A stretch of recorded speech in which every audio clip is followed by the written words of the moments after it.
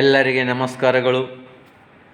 ಕರ್ನಾಟಕ ರಾಜ್ಯದಲ್ಲಿ ಹೊಸ ಬದಲಾವಣೆ ಪರ್ವ, ಎಲ್ಲರಿಗೆ ಅಧಿಕಾರ ಸಿಗಬೇಕು ಅನ್ನುವ ಉದ್ದೇಶದಿಂದ ಕಾಂಗ್ರೆಸ್ ಪಕ್ಷದ ಹೈಕಮಾಂಡ್ ನಾಯಕರುಗಳಾದಂತಹ AICC ಅಧ್ಯಕ್ಷರಾದಂತಹ ಸನ್ಮಾನ್ಯ ಶ್ರೀ ಮಲ್ಲಿಕಾರ್ಜುನ್ ಖರ್ಗೆ ಸಾಹೇಬರಿಗೆ ಮತ್ತು ಲೋಕಸಭಾ ವಿರೋಧ ಪಕ್ಷದ ನಾಯಕರಾಗಿರ್ತಕ್ಕಂತಹ ಸನ್ಮಾನ್ಯ ಶ್ರೀ ರಾಹುಲ್ ಗಾಂಧೀಜಿ ಸಾಹೇಬರಿಗೆ ಅನಂತ ಶತಕೋಟಿ ಕೃತಜ್ಞತೆಗಳು. ಯಾಕಂತಂದರೆ ಒಂದು ಹೊಸ ಬದಲಾವಣೆ ಮಾಡಬೇಕು, ಎಲ್ಲರ ಕೈಯಲ್ಲಿ ಕೂಡ ಅಧಿಕಾರ ಕೊಡಬೇಕು ಅನ್ನುವ ಉದ್ದೇಶದಿಂದ ನೂತನ ಮುಖ್ಯಮಂತ್ರಿಯಾಗಿ ಬದಲಾವಣೆ ಕರ್ನಾಟಕ ರಾಜ್ಯದಲ್ಲಿ ಮಾಡ್ತಾ ಇದ್ದಾರೆ. ಒಳ್ಳೆಯ ನಿರ್ಣಯ. ಇಡೀ ಕರ್ನಾಟಕ ರಾಜ್ಯದಲ್ಲಿ ಸುಮಾರು 8 ವರ್ಷ 12 ದಿನಗಳ ಕಾಲ ಸುದೀರ್ಘ ಮುಖ್ಯಮಂತ್ರಿಯಾಗಿ ಸೇವೆ ಸಲ್ಲಿಸಿರ್ತಕ್ಕಂಥ ಸನ್ಮಾನ್ಯ ಶ್ರೀ ಸಿದ್ದರಾಮಯ್ಯ ಅನಂತ ಶತಕೋಟಿ ಕೃತಜ್ಞತೆಗಳು. ಯಾಕಂತಂದರೆ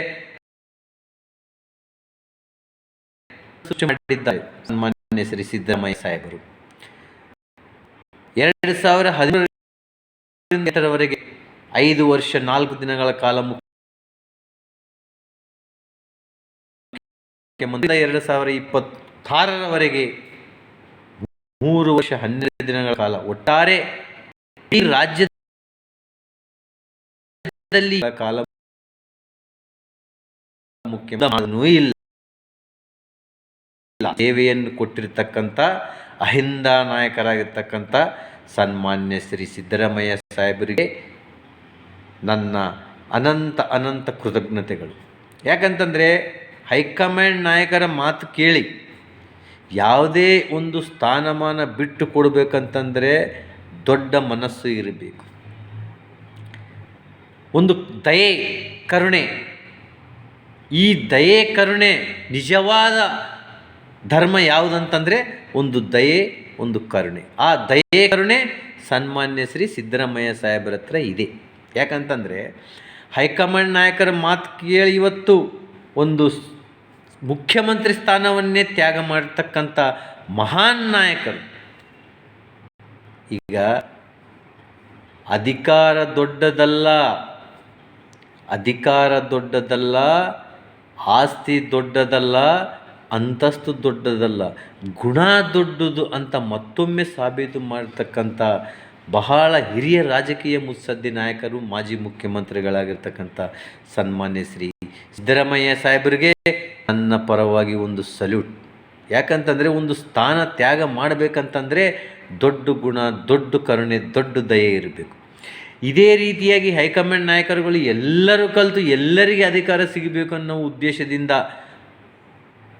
ಇದೇ ಥರ ಅಡ್ಮಿನಿಸ್ಟ್ರೇಷನ್ ಮಾಡ್ತಾ ಹೋದರೆ ಕರ್ನಾಟಕ ರಾಜ್ಯದಲ್ಲಿ ಮುಂದಿನ ದಿನಗಳಲ್ಲಿ ಕೂಡ ಸರ್ಕಾರ ಸ್ಪಷ್ಟ ಬಹುಮತ ಬರ್ತದೆ.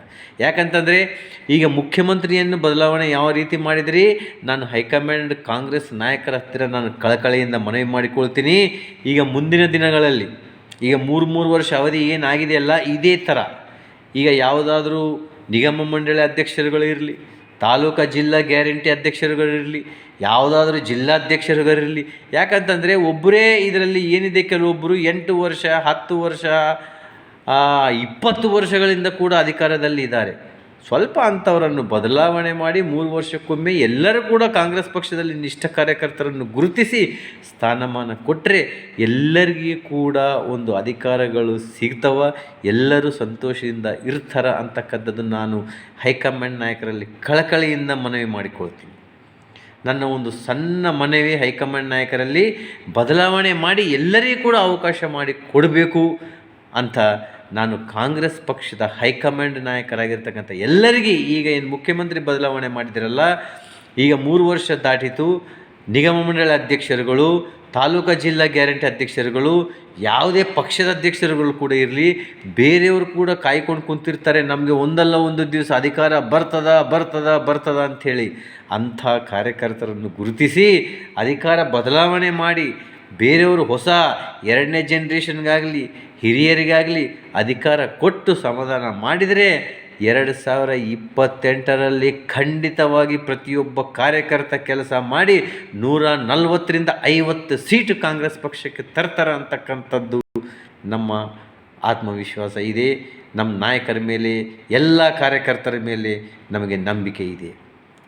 ನಾನು ಹೈಕಮಾಂಡ್ ನಾಯಕರಲ್ಲಿ, ಅದು ಮುಖ್ಯವಾಗಿ AICC ಅಧ್ಯಕ್ಷರಾಗಿರ್ತಕ್ಕಂಥ ಸನ್ಮಾನ್ಯ ಶ್ರೀ ಮಲ್ಲಿಕಾರ್ಜುನ್ ಖರ್ಗೆ ಸಾಹೇಬರಲ್ಲಿ, ಲೋಕಸಭಾ ವಿರೋಧ ಪಕ್ಷದ ನಾಯಕರುಗಳಾಗಿರ್ತಕ್ಕಂಥ ಸನ್ಮಾನ್ಯ ಶ್ರೀ ರಾಹುಲ್ ಗಾಂಧಿ ಸಾಹೇಬರಲ್ಲಿ, ಮಾಜಿ ಮುಖ್ಯಮಂತ್ರಿಗಳು ಹಿರಿಯ ನಾಯಕರುಗಳಾಗಿರ್ತಕ್ಕಂಥ ಸನ್ಮಾನ್ಯ ಶ್ರೀ ಸಿದ್ದರಾಮಯ್ಯ ಸಾಹೇಬರಲ್ಲಿ, ಮತ್ತು ನೂತನವಾಗಿ ಮುಖ್ಯಮಂತ್ರಿಗಳು ಆಗ್ತಾ ಇದ್ದಿರಲ್ಲ ಸನ್ಮಾನ್ಯ ಶ್ರೀ DK ಶಿವಕುಮಾರ್ ಸಾಹೇಬರಲ್ಲಿ, ಮತ್ತು ಎಲ್ಲರ ಹಿರಿಯ ನಾಯಕರಲ್ಲಿ ನಾನು ಕಳಕಳಿಯಿಂದ ಮನವಿ ಮಾಡಿಕೊಳ್ತೀನಿ. ಸಾಹೇಬರೇ, ಈಗ ತಾವು ಅಧಿಕಾರ ತೆಗೆದುಕೊಂಡ ನಂತರ ಈಗ ಮುಂದಿನ ದಿನಗಳಲ್ಲಿ ಕೂಡ ಕೆಲವೊಂದೇ ದಿನಗಳಲ್ಲಿ ನಿಗಮ ಮಂಡಳಿ ಅಧ್ಯಕ್ಷರುಗಳಿರಲಿ, ತಾಲೂಕು ಜಿಲ್ಲಾ ಗ್ಯಾರಂಟಿ ಅಧ್ಯಕ್ಷರುಗಳಿರಲಿ, ಯಾವುದೇ ಪಕ್ಷದ ಅಧ್ಯಕ್ಷರುಗಳು ಕೂಡ ಇರಲಿ, 3 ವರ್ಷ ಎಲ್ಲರಿಗೆ ಸ್ವಲ್ಪ ಬದಲಾವಣೆ ಮಾಡಿ ಬೇರೆಯವರಿಗೆ ಅಧಿಕಾರ ಕೊಟ್ಟು ಅವರಿಗೆ ಒಂದು ಸಮಾಧಾನ ಮಾಡಿದರೆ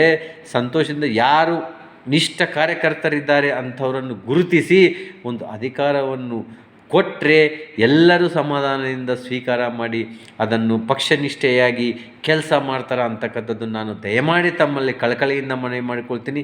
ಈಗ ಯಾವ ಥರ ಹೈಕಮಾಂಡ್ ನಾಯಕರುಗಳು ಬದಲಾವಣೆ ಮಾಡಿ ತಮ್ಮ ಕೈಯಲ್ಲಿ ಅಧಿಕಾರ ಕೊಡ್ತಾ ಇದ್ದಾರೆ, ಬದಲಾವಣೆ ಆಗಬೇಕು, ಎಲ್ಲರಿಗೂ ಕೂಡ ಅಧಿಕಾರ ಸಿಗಬೇಕು.